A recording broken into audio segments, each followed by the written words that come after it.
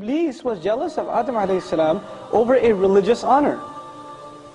His ego manifested because he thought he was more qualified to serve Allah's deen than Adam alayhi salam. I'm more qualified in this religious capacity. And you know, this arrogance manifests itself when somebody says, I should be the president of the masjid. I'm the right MSA president. Why did they pick him? Why did they pick her for this task? Why didn't they pick me? This is a religious task. You're not going to get it. You don't get money when you become MSA president.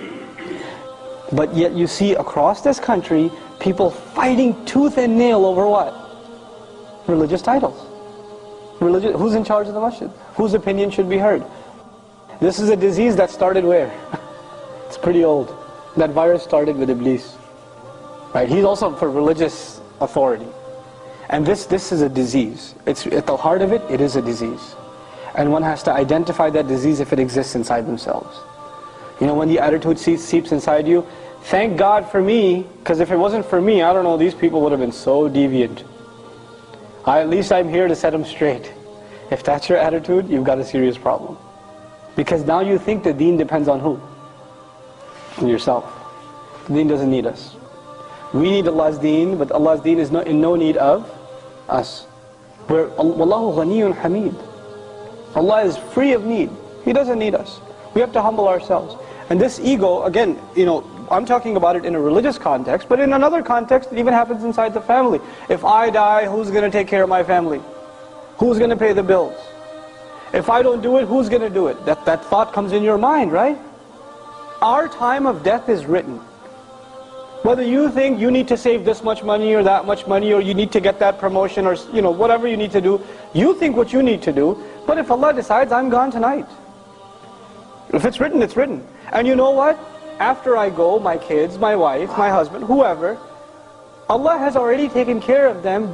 I should never have thought I was the one taking care of them to begin with. I wasn't the one taking care of them. Allah was. He had been all along. I was deluding myself into thinking it depended on me. Nothing depends on me. Nothing depends on me. I am not the source of any good. Allah is the source of all good.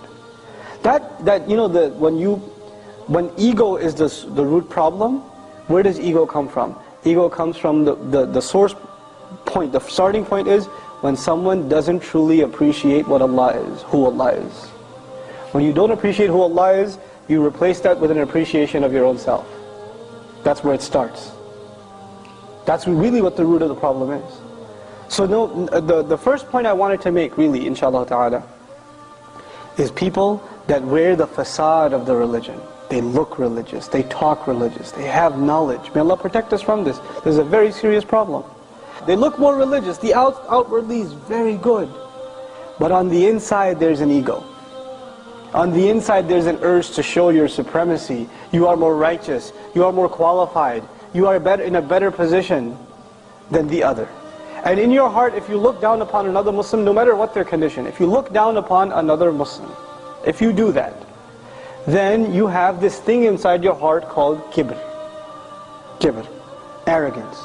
And you know, we learn from the advice of the Prophet ﷺ that the one who has a mustard seed, which is basically, you're saying, an atom, that much of arrogance in their heart, what is not open to them?